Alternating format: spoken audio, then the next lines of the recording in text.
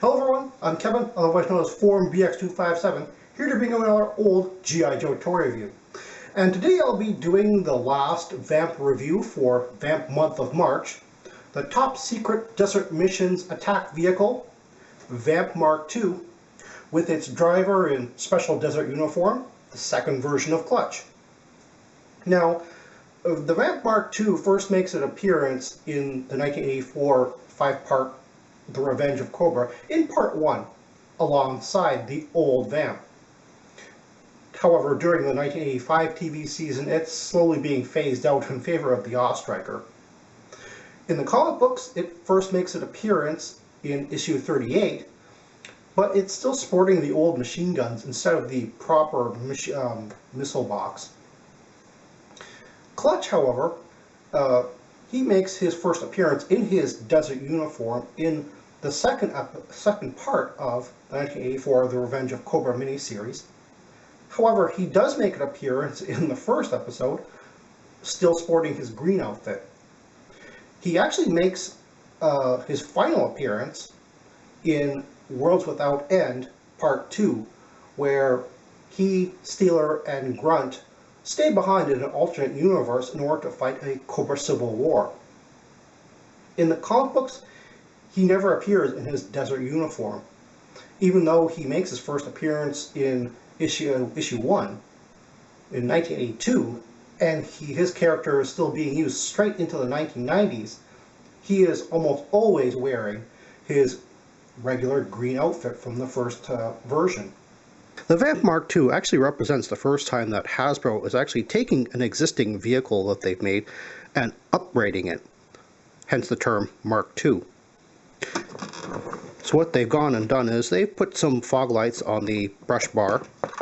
They've molded on that famous shovel onto the front fender. They've added what they're calling on the instruction sheet a hood pack. It's a bit of speculation as to what that really contains in there.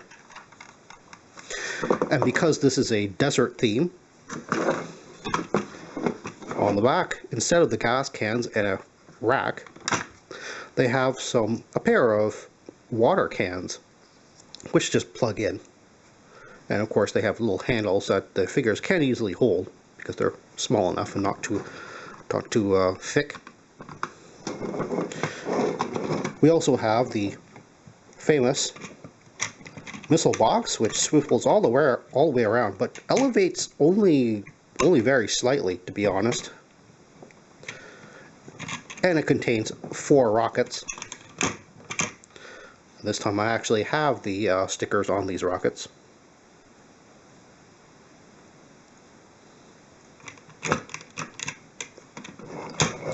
Another nice new feature is the fact that it has opening doors.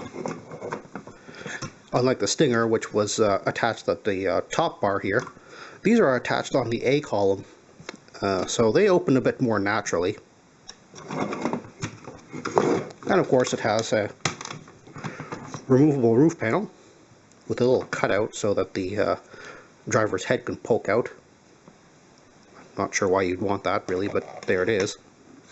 And of course it came with a figure, and you'd want to take off the roof panel to take the figure in and out, because it's just a lot easier doing it that way than to the door for some reason. Like the 1984 Stinger, the VAMP Mark II has both dashboard and steering wheel variations. The early Type 1 dashboards didn't have a peg for the steering wheel, and later Type 2 ones did. Early Type 1 steering wheels had a ridge on the shaft to stay firm in a pegless dashboard. While later Type 2 versions did not, you can still find them mixed up and included with Type 1 dashboards and vice versa. The VAMP Mark II came with a second version of Clutch, and he is just a complete remold of the 1983 swivel arm version of the first clutch. I actually only have the straight arm version, but you can see it still has quite a bit of similarities.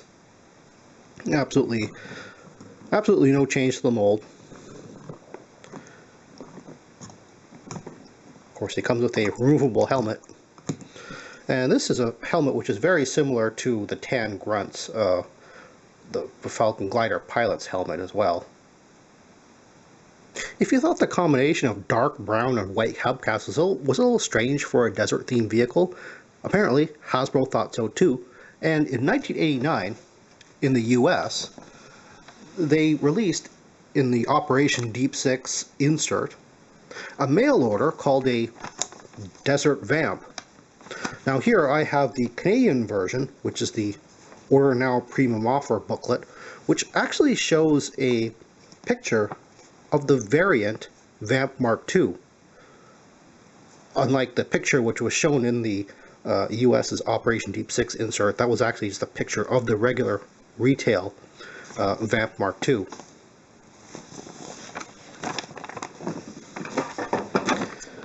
And here is that famous variant. Finally, we have something which looks a little closer to what was on the actual box art and the prototype box picture. It shares a lot more features from the VAMP Mark I. However, it still has the VAMP Mark II's fog lights. Of course, we have the doors and the roof panel, as well as the missile box with, well, basically the same type of missiles which were in the VAMP Mark II. Mine are a little difficult to get out. But again, borrowing from the VAMP Mark I, we have gas cans again and a gas rack.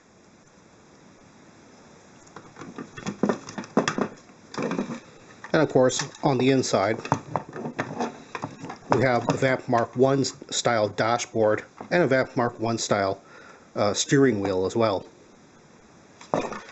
One interesting thing you might want to consider if you have a parts vehicle and you think you might want to borrow the parts from, let's say, the door or the roof panel.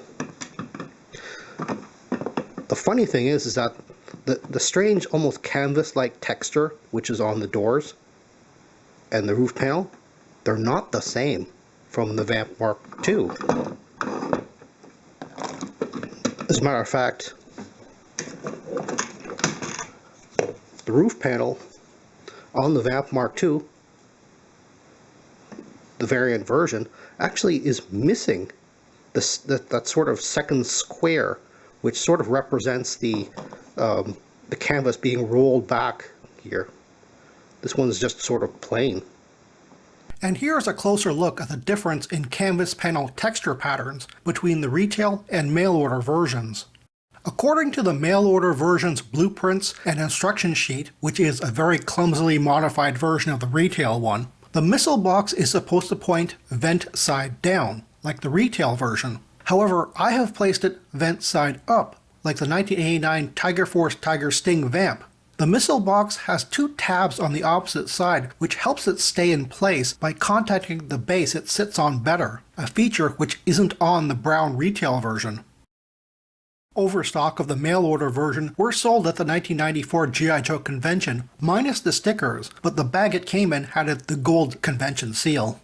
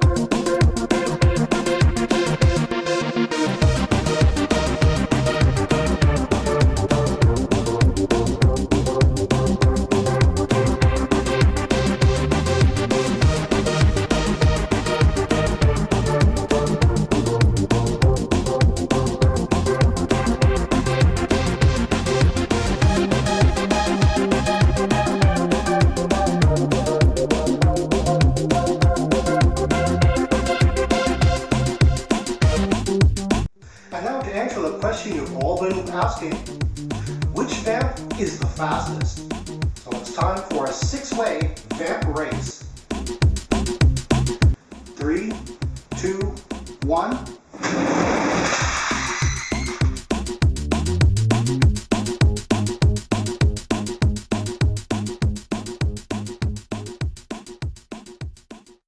Well, that's all the time I have right now. Please check out my Facebook page for more information and behind-the-scenes photos for these reviews. Thank you for watching this video, and stay tuned for next time to see another 1980s G.I. Joe toy review. See you then.